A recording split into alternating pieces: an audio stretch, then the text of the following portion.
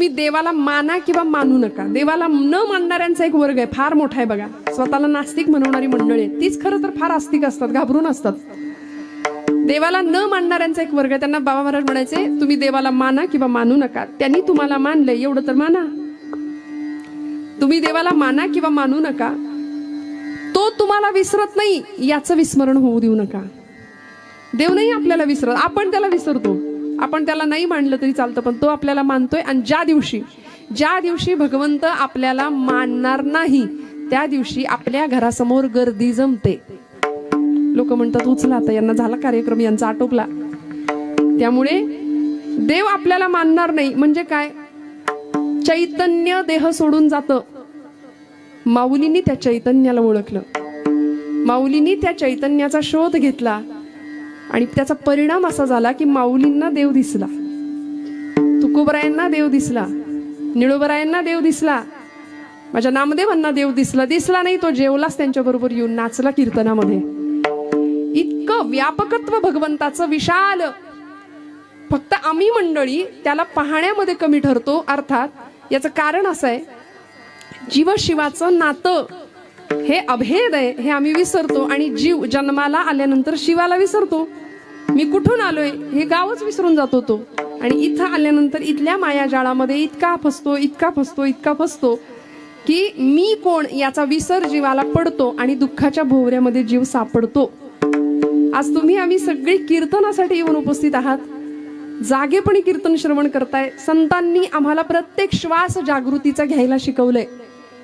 बघा, उपनिषदांचं म्हणणं आहे, उत्तिष्ठत जाग्रत प्राप्य वरांनी बोधत. संतांनी सांगितलं काय उपकार केले आमच्यावर, काय सांगू आता संतांचे उपकार. मज निरंतर जागविती. जाग केलं संतांनी.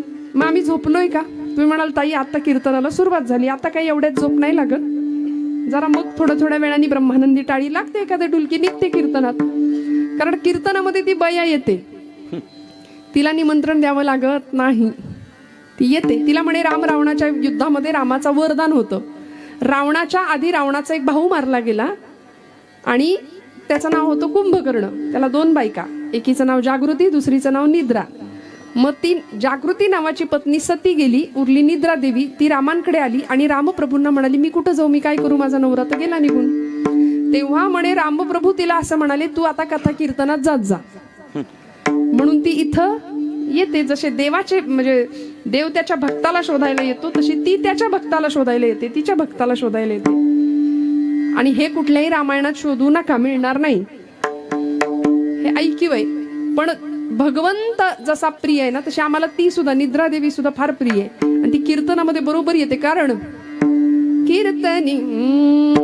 कीर्तनी बैसता निद्रे नागविले, कीर्तनी बैसता निद्रे नागविले, मन माझे गुंतले, मन माझे गुंतले, विषया सुख अमृताहुनी गोड, नाम तुझे देवा, नाम तुझे देवा. अमृताहुनी गोड, अमृताहुनी गोड, नाम तुझे देवा, नाम तुझे देवा. कीर्तनी बैसता निद्रे नागविले, मन माझे गुंतले, विषय सुख. विषय सुखामध्ये आम्ही इतके रमलो, त्यामुळे आम्हाला कीर्तनामध्ये ती निद्रा देवी त्रास देते. पण संतांनी आम्हाला जाग करण्याचं काम केले. उत्तिष्ठत जाग्रत. उपनिषदकार म्हणाले, उठा जागे भारे आता, स्मरण करा पंढरीनाथा. जन्म मरणाची येरझार चुकवण्याचं काम करणारं जागे पण संतांनी आम्हाला दिलं. पण आता माझा प्रश्न असा आहे, आपण आधी जागे होतो की आपण आधी उठतो? उपनिषदकार म्हणाले उत्तिष्ठत आणि जाग्रत. खूप लक्ष देऊन कीर्तन ऐका बरं का.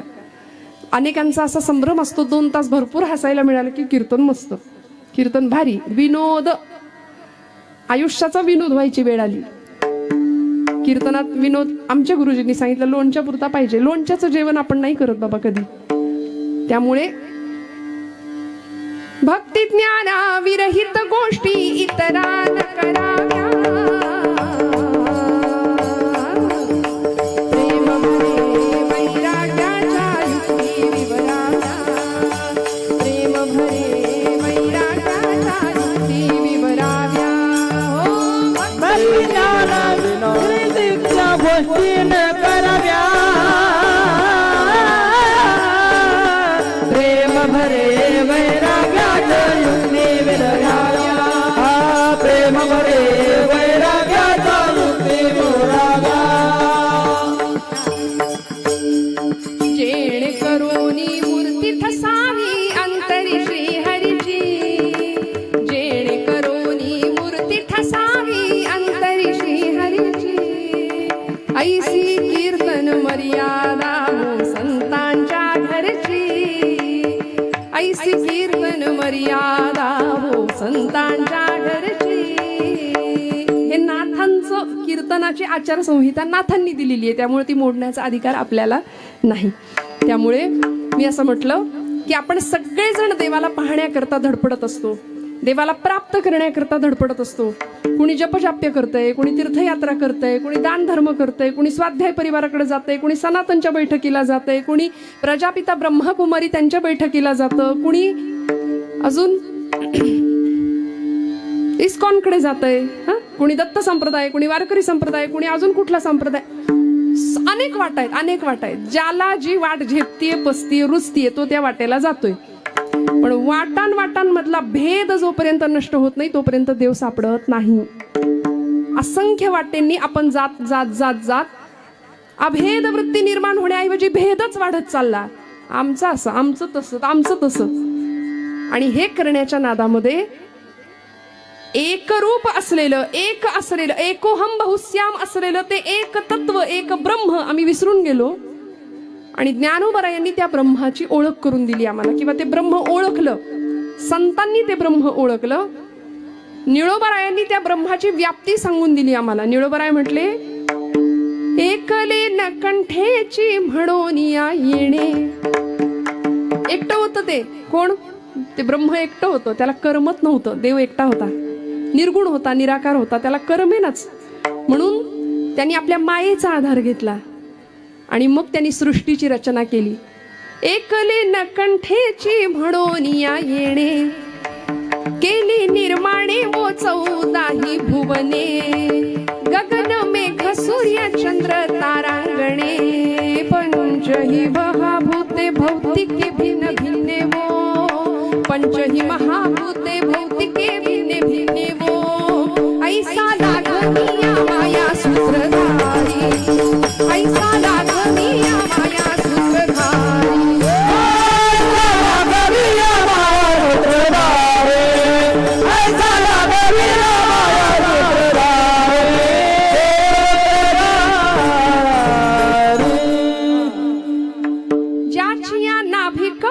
जन्म चतुरानना, ज्याच्या नाभीतनं जगाला निर्माण करणारा ब्रह्मदेव जन्माला आला.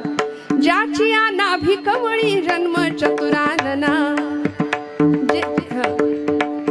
ज्याची या प्रकाश प्रकाश रवी किरणा, ज्याची या महातेज तेज हुताशना, हो येण्याची पढवुनी वेदू केला शहाणावो, येण्याची पढवुनी वेद केला शहाणावो, ऐसा लागनिया माया सूत्रधारी, ऐसा लागनिया माया सूत्रधारी.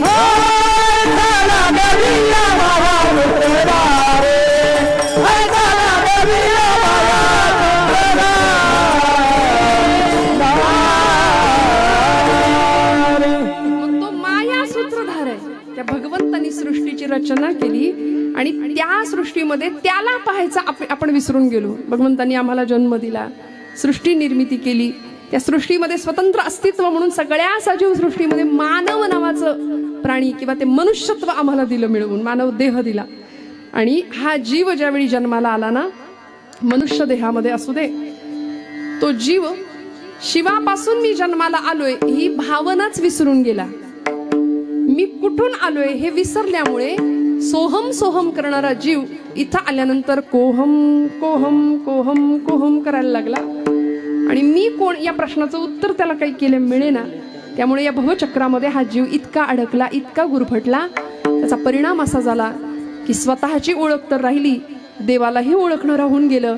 जीवाशिवाची गाठ पडली नाही आणि दुःखाच्या भोवऱ्यामध्ये वासांसी जीर्णानि यथा विहाय नवानि गृह्णाति नरोपराणि तथा शरीराणि विहाय जीर्णान्याति सय्यानि नवानि देहि. पुन्हा पुन्हा पुन्हा पुन्हा जीवन मरणाच्या चक्रामध्ये पुनरपि जननम पुनरपि मरणम पुनरपि जननी जठरे शयनम असा हा जीव अखंड सापडला आणि दुःखाच्या भोवऱ्यात फसला. संत आनंद स्वरूपाला प्राप्त झाले. तुकोबरायांकडे बघा, भौतिक प्रपंचिक अवस्था कशी होती महाराजांची. प्रचंड दुःख दारिद्र्य होतं. दुर्गादेवीचा दुष्काळ येऊन गेला, सगळं लोकांना देऊन टाकलं, रिकामं झालं मन, रिकामं झालं घर, सगळा प्रपंच वाताहत झाली प्रपंचाची. पण त्यानंतर तुकोबराय म्हणतात, बरे झाले देवा निघाले दिवाळी बरी या दुष्काळे पीडा गेली. बरं झालं ना देवा, बरं झालं, माझं दिवाळं निघालं प्रपंचाचं, हे बरं झालं. हे तुकोबराय म्हणतात, आम्हाला जरा कुठे खट्ट झालं संसारात, जरा कुठं बिनसलं की आम्ही सगळं खापर देवावर पडतो. देवा तू केलं, तुला बघवलं नाही. आपल्या सुखातही देव नसतो आणि आपल्या दुःखातही देव नसतो. आमची चूक अशी होती की आम्ही त्याला ओळखायला चुकतो. आम्ही सगळीकडे त्याचा शोध घेत राहतो आणि तो कुठंच नसतो. वस्तुतः देव किंवा ब्रह्म किंवा ते चैतन्य ही शोधायची वस्तूच नाही. देव हा प्राप्त करण्याची गोष्टच नाहीये. देव प्राप्त आहे आपल्याला. तुम्ही जागे आहेत ना सगळे? सगळे जागे आहेत ना? हा, देव आपल्याला प्राप्त आहे. मग आता सांगा, देवाला पाहिलंय का? पहिला प्रश्न परत विचारते, देवाला पाहिलंय का?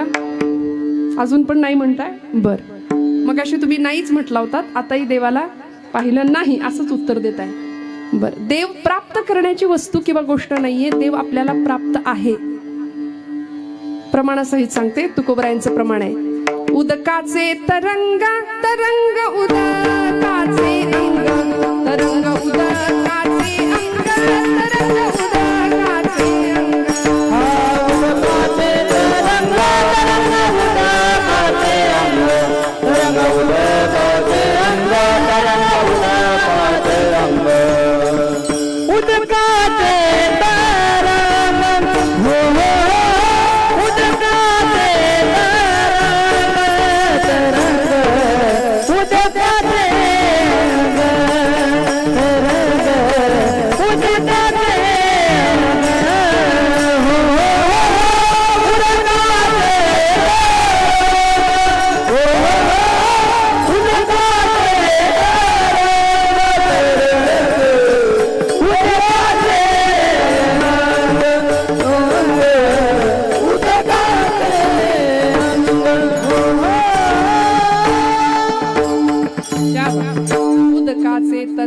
तरंग उदकाचे अंग तैसे तुम्हा आम्हा झाले एकी एक सामावले. तुकोबरायांचं प्रमाण आहे, उदक म्हणजे पाणी, उदकाचे तरंग पाण्यावरचा तरंग. तो पाण्यापेक्षा वेगळा आहे का? पाण्यावरचा तरंग तो वेगळा दिसत असला तरी तो पाण्याचाच अंश आहे ना त्याच्यामध्ये. उदकाचे तरंग तरंग उदकाचे अंग तैसे तुम्हा आम्हा झाले एकी एक सामावले. जसं पाणी आणि पाण्यावरचा तरंग एकमेकांपासून वेगळा नसतो, तसा शिव आणि शिवापासून निर्माण झालेला जीव हा शिवापासून वेगळा नसतो. विठ्ठल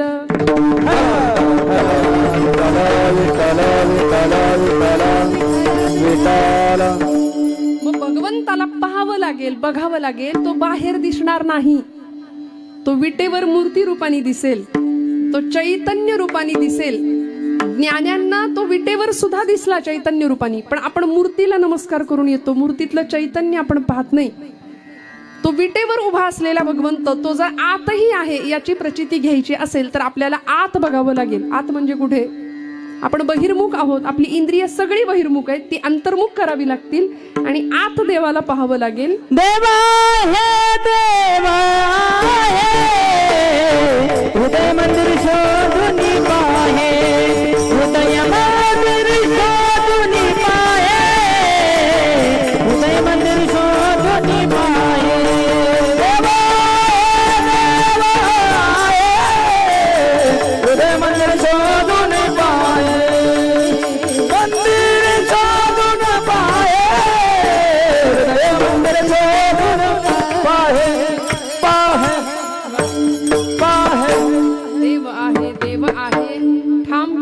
हृदय देव आहे, पण हृदय मंदिरी शोधुनी पाहे. अहो ज्ञानोबांना तो दिसलाय आणि तो कसा होता, मी त्याला पाहिलं. ज्ञानोबराय ठामपणे सांगतायत. तुकोबरायांनी त्याला पाहिलं, तुकोबरायांनी अनुभूती घेतली देवाला पाहण्याची. आता आपल्याला तो दिसलाच नाही, आपण कसं सांगणार देव कसा आहे? आपल्याला दिसला नाही, आपण कसं सांगणार देव कसा आहे? आपण मात्र बुद्धीचे फाटे फोडत बसतो. आणि असंच एका पत्रकारांनी पंढरपूरला जाणाऱ्या एका निष्ठावंत 80 वर्षाच्या वारकऱ्याला प्रश्न विचारला होता. महाराज, किती वर्षापासून वारी करताय? अलीकडे आता ते सोशल मीडियाचा जमाना आहे, सगळ्यांच्या मुलाखती घ्यायच्या. वारीमध्ये गर्दी खूप असते बघा. कुणाची म्हणजे वारकऱ्यांची तर असतेच, हौशे गौशे नवशे सगळे आपण असतो. मग त्या गर्दीमध्ये काही लगेच कॅमेरा घेऊन तयार असलेली मंडळी असतात. त्यांनी प्रश्न विचारला, महाराज किती वर्षापासून वारी करताय? वारकरी बुवा म्हणले, बाबा, त्यांच्या खांद्यावर त्यांनी त्यांच्या नातवाला घेतलं होतं आणि त्यांनी प्रश्न विचारला, वारी किती वर्षापासून करताय, काय आठवतंय का? ते म्हणले, नाही रे बाबा, साल काय आठवत नाही, पण माझा नातू जसा माझ्या खांद्यावर आहे तसा मी माझ्या आज्याच्या खांद्यावर बसून येत होतो, तेव्हापासून मी वारी करतोय. इतक्या सहज उत्तर मिळालं. आणि पुढचा त्या पत्रकाराचा, त्या पोराचा प्रश्न, आम्ही बुद्धिवादी माणसं अशीच असतो बघा, फार फाटे, श्रद्धा नाही, भाव नाही, खंडीभर प्रश्न विचारू आम्ही. खंडीभर टिकली लावायची कपाळाला, पोरगी विचारणार का, नाही लावली तर काय होते, नाही का? खरं आहे की नाही मावशी? हातात बांगडी घाल ग बाई असं म्हणायचं सोय नाही. ती म्हणते काय होतंय नाही घातली तर. त्यांच्याकडे उलटे प्रश्न तयार असतात. असं त्यांनी विचारलं, बाबा एवढे वर्ष तुम्ही वारी करता, बरं मग देव दिसला का, देव भेटला का तुम्हाला? त्या बाबांनी त्याच्याकडे असं बघितलं आणि म्हणले, एवढे वर्ष वारी करताय तुम्ही, इतक्या उन्हात अनात पावसा पाण्यात चिखलात तुडवत तुडवत सगळे भिजत उन्हात बिना कशाही जाता तुम्ही, पांडुरंग दिसलाय का तिथं तुम्हाला? तो म्हणला, नाही रे बाबा, नाही दिसला. तरी वारी करता? वय थकलंय, चालायला जमेना तरी वारी करता? नाही म्हणले, पांडुरंग काही दिसला नाही. त्या पोराने खूप प्रश्न विचारले. त्या म्हातार बाबांनी सांगितलं, पोरा लई प्रश्न विचारलीस मला तू आतापर्यंत, आता मी तुला एकच प्रश्न विचारू का? तो म्हणला, हे विचारा. तुम्ही कुत्रा पाळता का? कुत्रा म्हणले. तो पत्रकार, तो मुलगा म्हणाला, हो आमच्याकडे कुत्रे घरात पण असतात म्हणले, बेडवर पण असतात. आम्ही शहरी माणसं, काय कुत्रा अंगणात असावा, खरं मागच्या दारात असावा, पुढच्या दारात, पण घरात नसावा असं आम्ही गावकरी समजतो. पण शहरी माणसं काय होते, याला घरातही नेतात. म्हणजे आमच्याकडे आम्ही कुत्रा पाळतो. बरं, पण तुम्ही घरात पाळता, पण आम्ही खरं सांगू का? ते म्हातार बाबा सांगायला लागले, आमचं कुत्र घरात नसतं, घराच्या बाहेर असतं, वाड्या वस्त्यांवर, वस्तीवर. समजा आमची शेतीची काही कामं चालली असतील, पेरण्या झाल्या असतील, धान्य असेल, तर या सगळ्याची वस्तीची राखण करण्याकरता आमचं कुत्र वस्तीची राखण करतं रात्रभर. आणि रात्रीच्या वेळी एखादा चोर जर वस्तीवर शिरला, आमच्या गावात शिरला, तर आमचं कुत्र भुंकतं. बर का, आमचा कुत्रा भुंकतो आणि त्यांनी भुंकलेलं पाहून त्याचा आवाज ऐकून गल्लीतली बाकीची कुत्री भुंकायला सुरुवात करतात. त्याचं भुंकणं ऐकलं की तिसरं कुत्र भुंकतंय, त्याचं ऐकलं की चौथं कुत्र भुंकतं. असं करत करत करत गल्लीतली सगळी कुत्री एकाच वेळी रात्री भुंकतात. तो म्हणला, बाबा नक्की काय म्हणायचंय तुम्हाला? अरे सांगतो, ऐक तर पुढं. तू मला प्रश्न काय विचारला? तू देवाला पाहिलंयस का? तुम्ही देवाला पाहिलं का? पांडुरंग दिसला का? तुम्ही कुत्रा पाळता, पण आम्ही पाळलेली कुत्री भुंकतात एका वेळी. एक कुत्रा भुंकला, चोराला कोणी पाहिलेलं असतं? पहिल्या कुत्र्यांनी. सगळ्या कुत्र्यांनी चोराला पाहिलेलं नसतं, पण सगळ्या कुत्र्यांचा त्याच्यावर विश्वास असतो की काहीतरी गडबड आहे, भुंकलं पाहिजे. हे जर प्राण्यांच्या बाबतीत आहे, तर आम्ही माणसासारखी माणसं आहे. आम्हाला माहितीये ज्ञानोबांनी तुकोबांनी पांडुरंगाला पाहिलंय, त्यांनी पाहिलंय, त्यांना दिसलाय, मग आम्हाला सुद्धा पांडुरंग दिसणार, हा विश्वास. विठ्ठल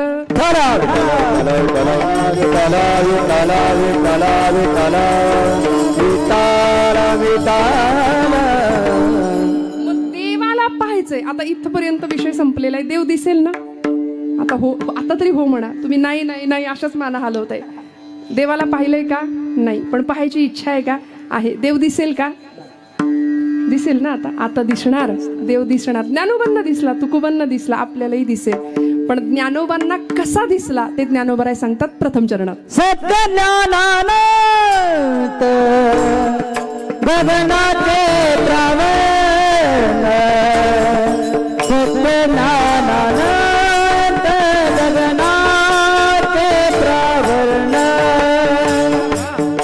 सत्यज्ञानानंद गगनाचे प्रावरण सत्यज्ञानानंद गगनाचे प्रावरण सत्यज्ञानानंद गगनाचे प्रावरण गगनाचे गगनाचे प्रावरण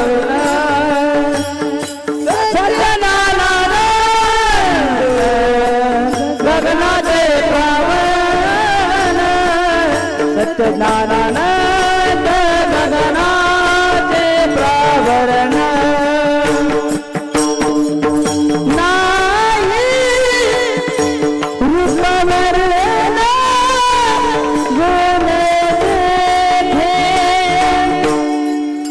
नाही रूपवर्ण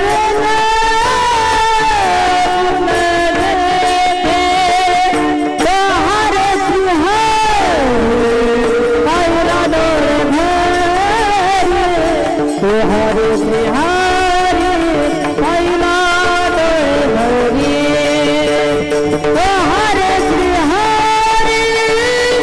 पहिला डोळे भरी हरे श्री हरे पहिला डोळे भरी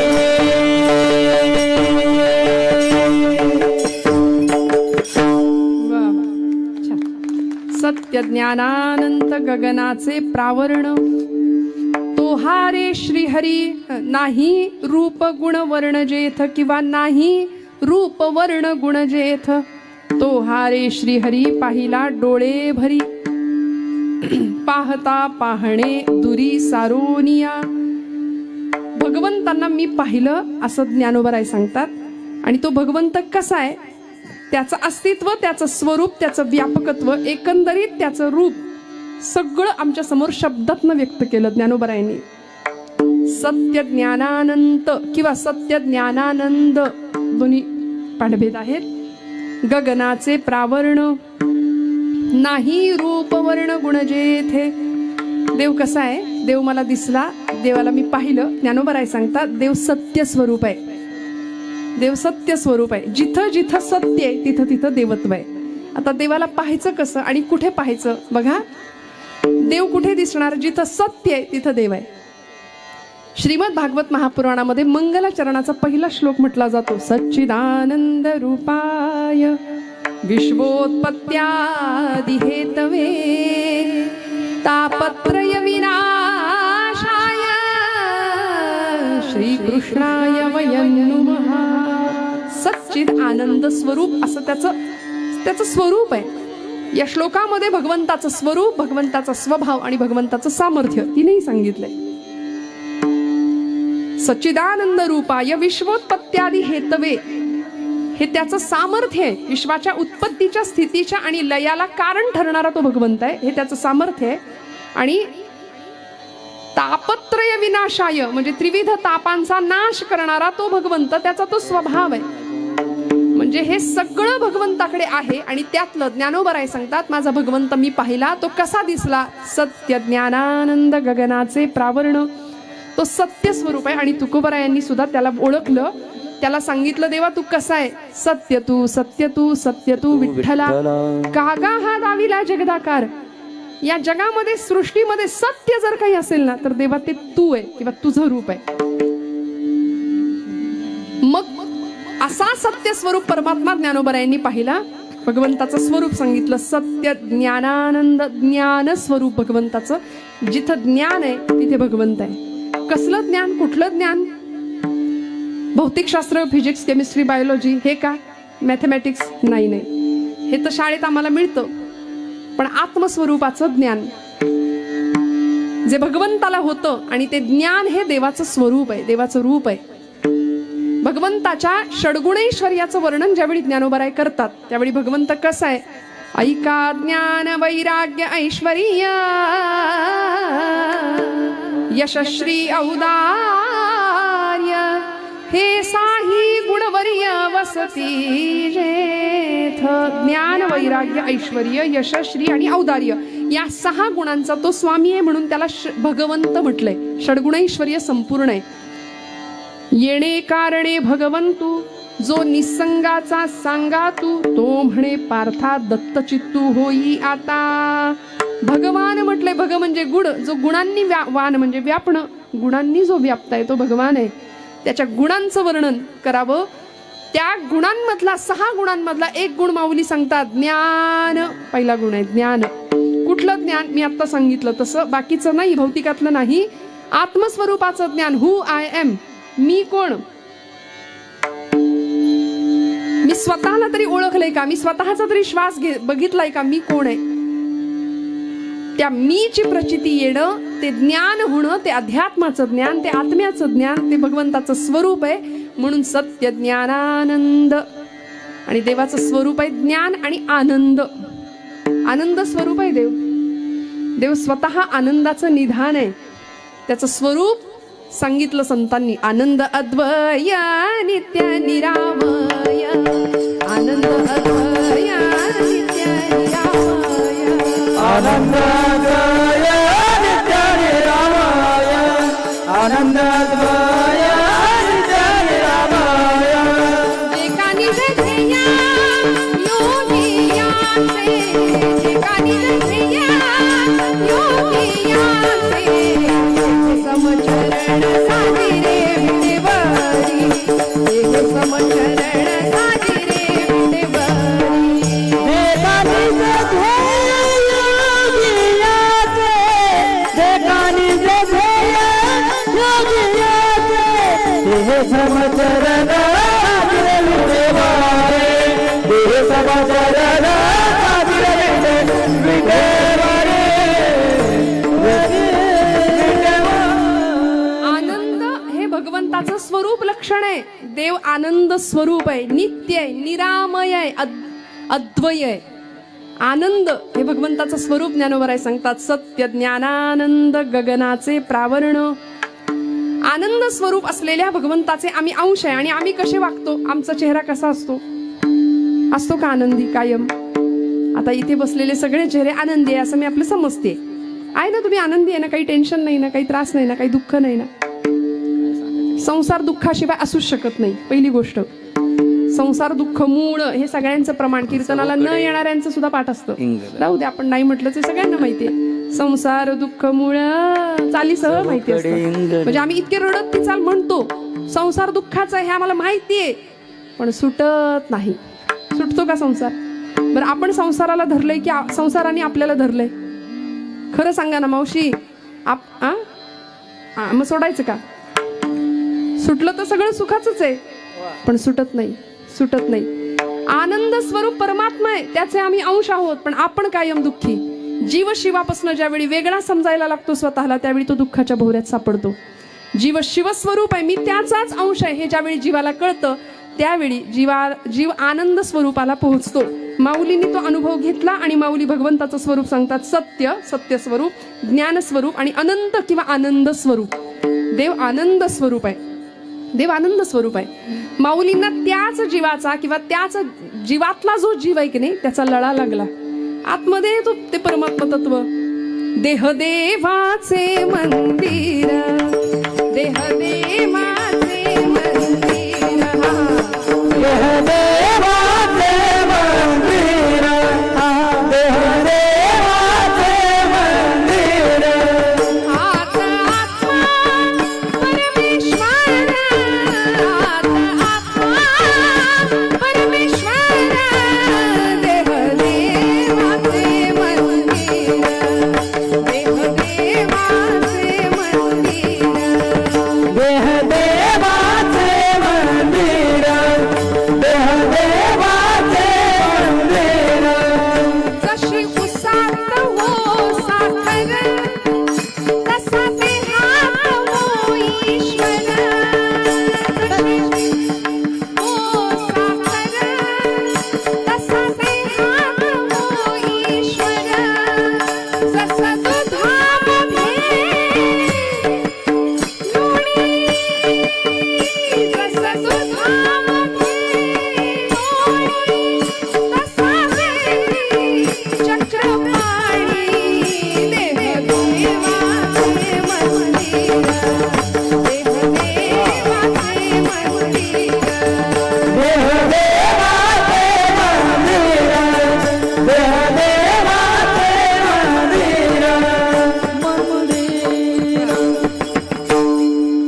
उसात साखर आहे आहे ना, पण दिसत नाही.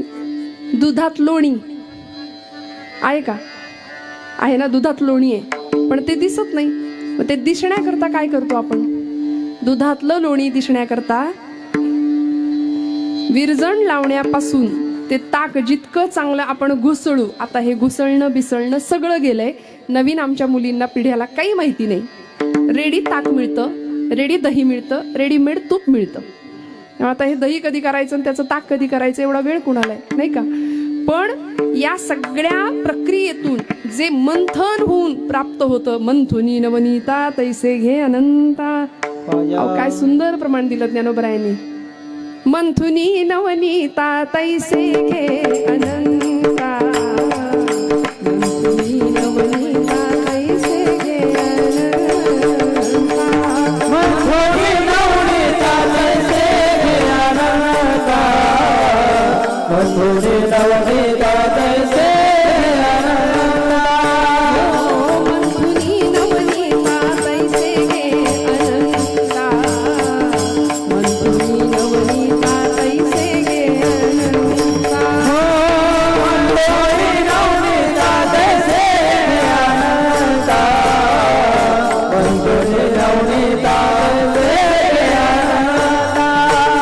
वाया व्यर्थ कथा सांगी मारू, वाया व्यर्थ कथा सांगी मारू, हरी मुखे म्हणा, हरी मुखे म्हणा, हरी मुखे म्हणा, हरी मुखे म्हणा, हरी मुखे म्हणा, हरी मुखे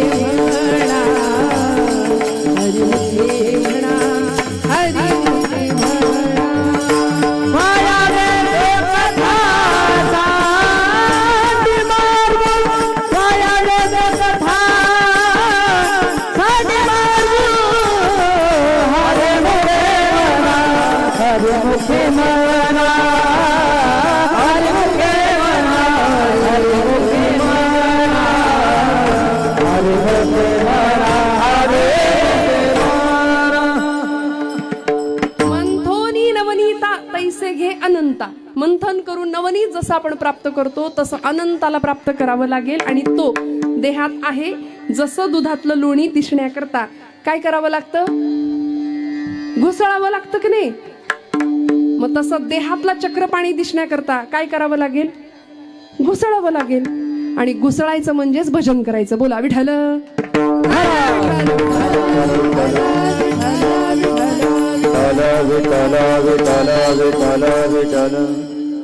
घुसळणं म्हणजे भजन आहे.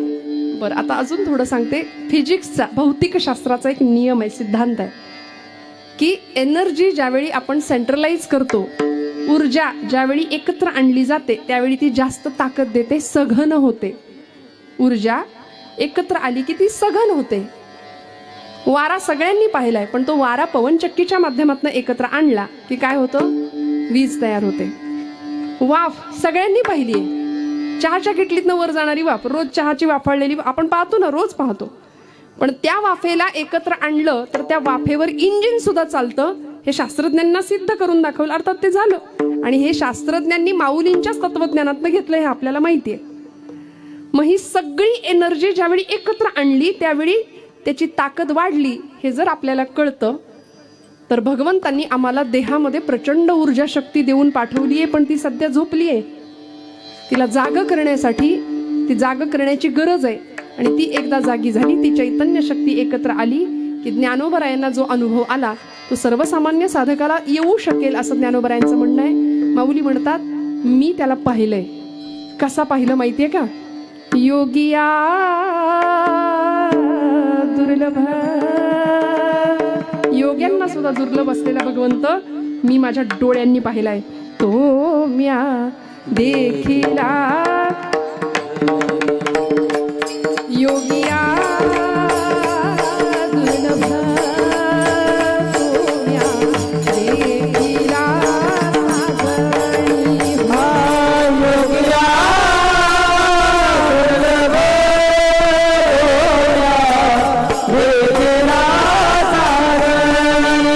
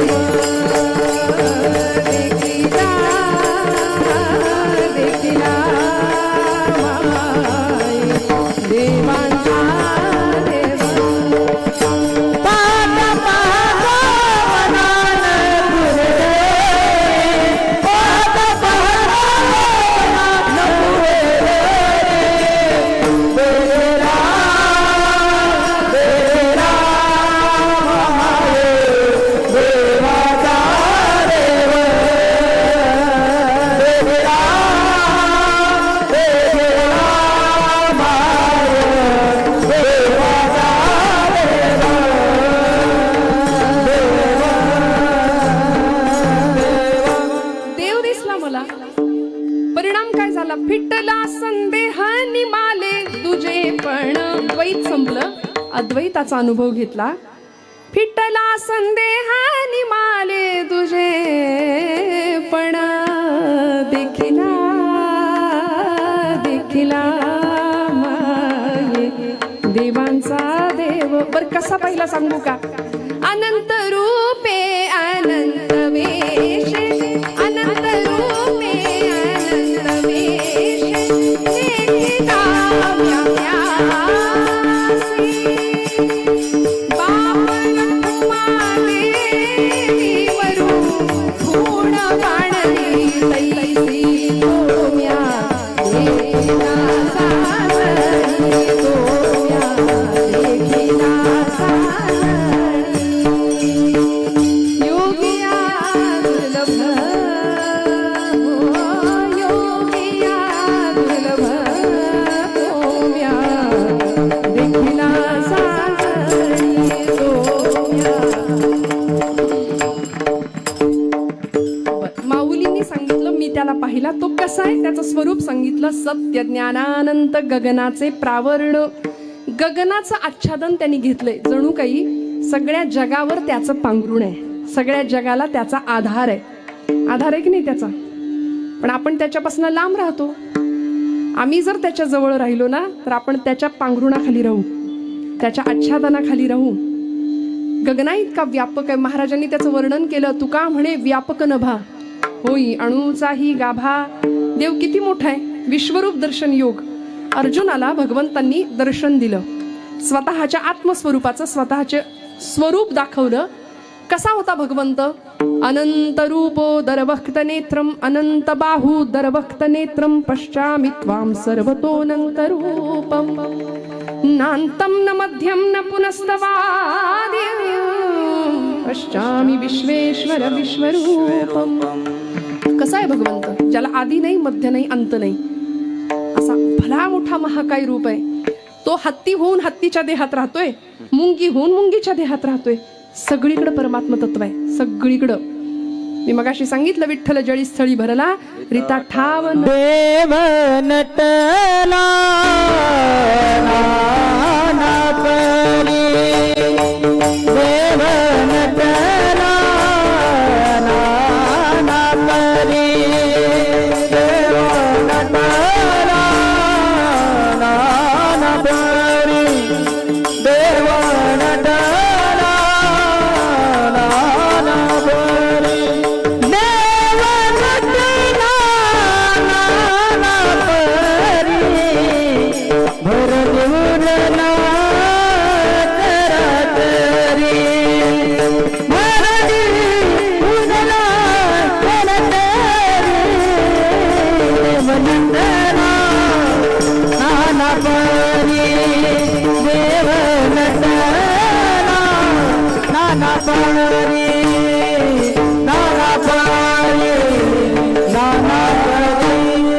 चराचर सृष्टीमध्ये त्याचं व्यापकत्व आहे. भू जल तेज समीर खर विशेषी काष्ठादिकी असे भरला.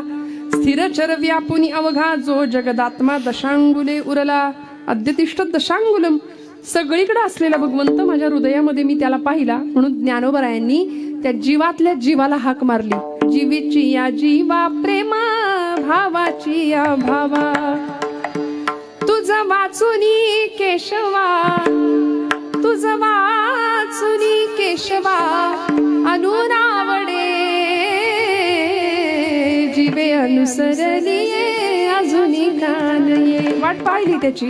त्या चैतन्याचा जिव्हाळा लागला ज्ञानोबरायांना. चित्त चैतन्य चोरून नेले असा अभंग आहे माऊलींचा. त्यामुळे ज्ञानोबरायांनी त्याला ओळखलं. तो गगना इतका विशाल आहे. सगळ्या जगावर त्याचं पांघरुण आहे, मायेचं आच्छादन आहे. आम्ही त्याच्यापासून लांब राहतो. ही आमची अडचण आहे. आपल्याला नाही का वाटत देवानी आपल्या घरात यावं, देवानी आपल्या दारात यावं? देव पांडवांच्या घरात गेला की नाही? द्वारकेचा राणा पांडवा घरी. देव भक्तांच्या दारात गेला. देव आपल्याकडे येत नाही कारण आपल्याला देव सोडून बाकी सगळं आठवतं. प्रपंचामध्ये बाकी सगळं चालतं पण देव नाही आमच्या प्रपंचात. जनाबाईंनी देवाला आणलं. देवळातला देव स्वयंपाक घरात आणला, जात्यावर दळायला लावलं त्याला. नामदेव महाराजांनी आपल्या भक्ती तत्वाच्या जोरावर देवाला जेवायला बसवलं. कीर्तनामध्ये भगवंत नाचलंय नामदेव महाराजांच्या. सगळ्या संतांनी भक्तीच्या बळावर, भक्तीच्या मापाने त्याला मापलं, त्याला मोजलं, त्याला ओळखलं आणि प्राप्त करून घेतलं. तसं ज्ञानोबराय म्हणतात, मी सुद्धा त्याला पाहिलंय. मी सुद्धा त्याला पाहिलंय. दुसरं चरण. तो हारे श्री हरी पाहिला डोले बरी. तो हारे श्री हरी पाहिला डोले बरी. तो हारे श्री हरी पाहिला डोले भरी. तो हारे श्री हरी पाहिला डोळे भरी. तो हारे श्री हरी पाहिला डोळे भरी. तो हारे श्री हरी द्रोही पाहिला डोळे भरी. तो हारे श्री हरी पाहिला डोळे भरी. तो हारे श्री हरी पाहिला डोळे भरी.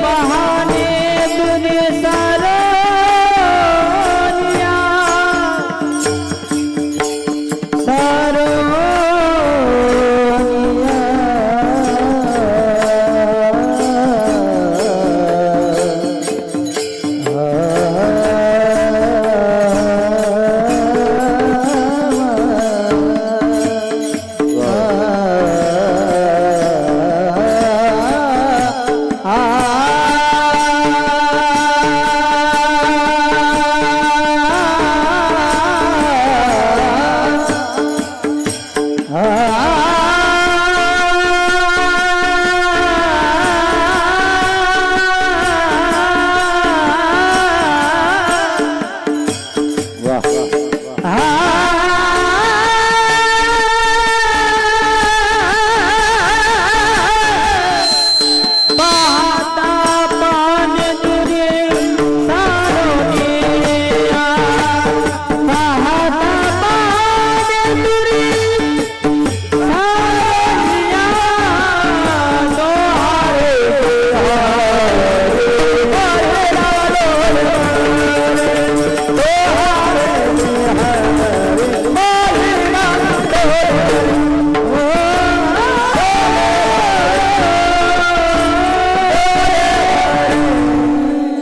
पाहता पाहणे दुरी सारोनिया. तो हा रे श्रीहरी पाहिला डोळे भरी. जो निर्गुण आहे, जो निराकार आहे, जो गुण रूप वर्ण सगळ्याच्या पलीकडे अतीत आहे, त्याला मी डोळे भरून पाहिला. ज्ञानोबराय म्हणतात, जो गुणांच्या अतीत आहे, जो रूपातीत आहे, जो निराकार आहे, आकारातच नाहीये, तो दिसला ज्ञानोबरायांना. किती गंमत आहे, किती आनंद आहे बघा.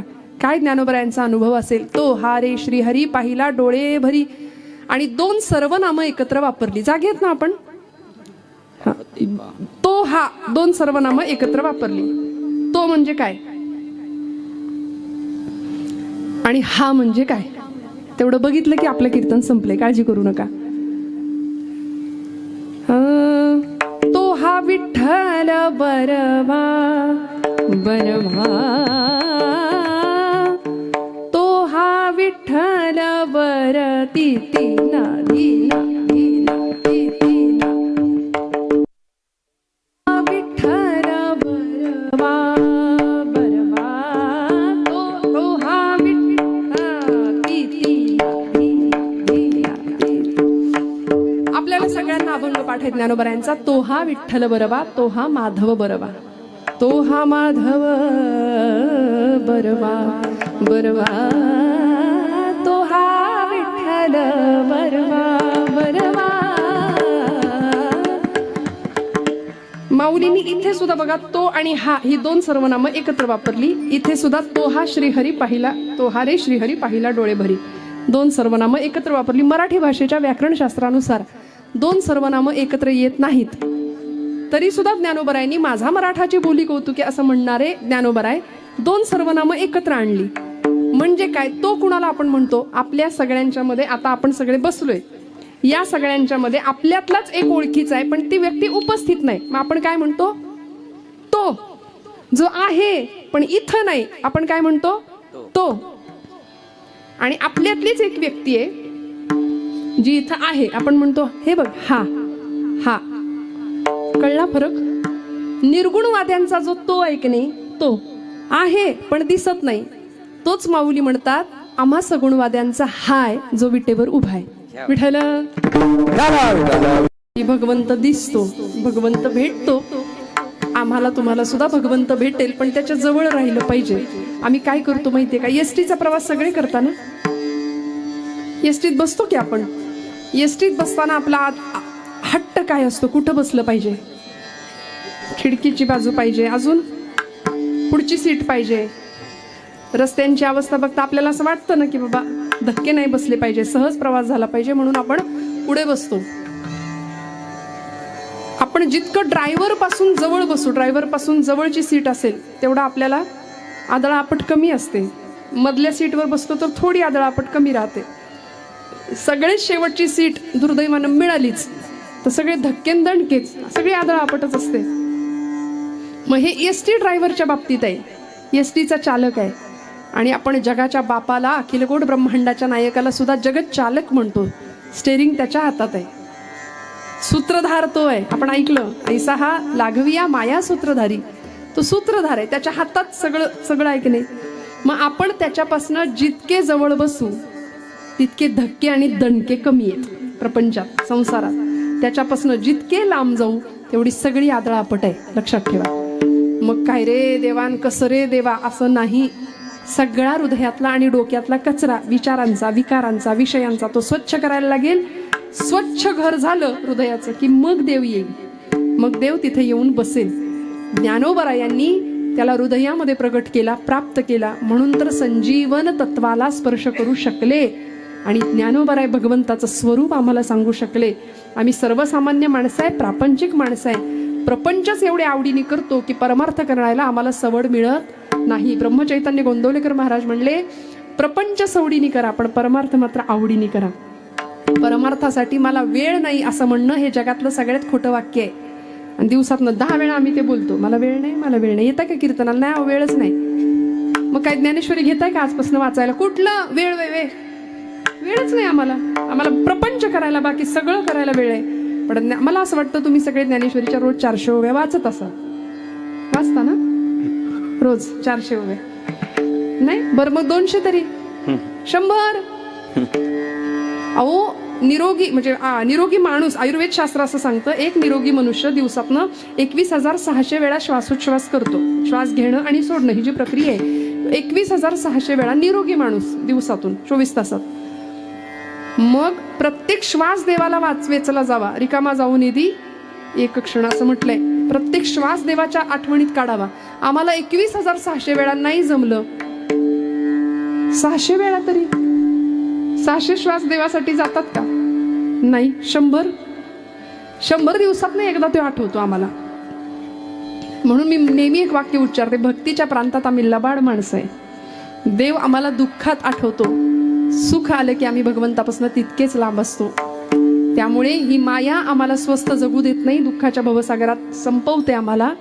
आणि मग या पुन्हा एकदा भवचक्रात अडकण्यापेक्षा आतली आत्मज्योत प्रज्वलित करणं. सोहिरा म्हणे ज्ञान ज्योती तेथे कैची दिवस राती तया विणे नेत्रपाती हलवू नको रे, हरिभजना विण काळ घालवू नको रे. त्यामुळे आतली आत्मज्योत प्रकाश झाली, प्रज्वलित झाली की बाहेर अंधार असो नाही तर उजेड असो नाही तर रात्र असो नाही तर दिवस असो, काही घेणं देणं नाही. आम्ही आतमध्ये प्रकाशमान आहोत, आमची आत्मज्योत प्रज्वलित झाली आहे. ज्ञानोबरायांना तो अनुभव आला, तो आपल्या सगळ्यांना मिळावा अशी त्यांची इच्छा आहे. म्हणून ती ज्योतीची निज ज्योती प्रकट व्हावी अशी त्यांची इच्छा. ती इच्छा पूर्ण व्हावी. संतांनी त्या कळवळ्यांनी आपल्या सगळ्यांच्यासाठी एवढं सगळं केलं. जगाचे शिव्याशाप सुद्धा सहन केले, जगाकडून मिळणारी अवहेलना त्रास सहन केला, पण जगाचं चिंतनच कल्याणच चिंतन केलं. त्यामुळे माऊलींच्या या अभंगाला यथाशक्ती यथामती स्पर्श करण्याचा प्रयत्न केलाय. भैरवी म्हणायचे का, झालेली सेवा भगवंत चरणावर समर्पित करते. बोलत असताना काही वेडवाकडं गेलं असेल तर मोठ्या अंतकरणाने क्षमा करा. वेळेत कीर्तन संपवले असं म्हणजे तुम्ही असं म्हणू नका मला की थोडं पुढे मागे झालं. थोडंसं माझ्याकडून बऱ्याचदा मागे नाही पुढंच जातं, पण तरी सुद्धा आज बऱ्यापैकी संपवण्याचा प्रयत्न केलाय. आपण सगळी मंडळी माझ्यापेक्षा वय ज्ञान आणि अनुभव या सर्व बाबतीमध्ये श्रेष्ठ आहात, ज्येष्ठ आहात. सगळ्यांच्या चरणावर सर्व वारकरी ज्येष्ठ साधक उपासक सगळ्यांना नमस्कार करते. उत्तम अशी ध्वनी व्यवस्था दादा आपण दिली. तुम्हाला मनापासून धन्यवाद. कारण काय आहे, 2 तास ही सगळी साथ जुळून आली तर बरं आहे, नाही तर 7:30 आहे का काय 2 तास माझ्या मागं, असं कधी कधी वाटतं. पण अत्यंत सुंदर अशी गायन साथ आमची ताई आहे, महाराज मंडळी आहेत दोघंही अतिशय सुंदर. आणि सर्व संयोजकांचं सौजन्य असणाऱ्या सर्व मंडळींचं मनापासून ऋण व्यक्त करते आणि सेवेला विराम देते. ज्ञानेश्वर माऊली ज्ञानराज माऊली तुकाराम माऊली ज्ञानराज माऊली ज्ञानराज माऊली तुकाराम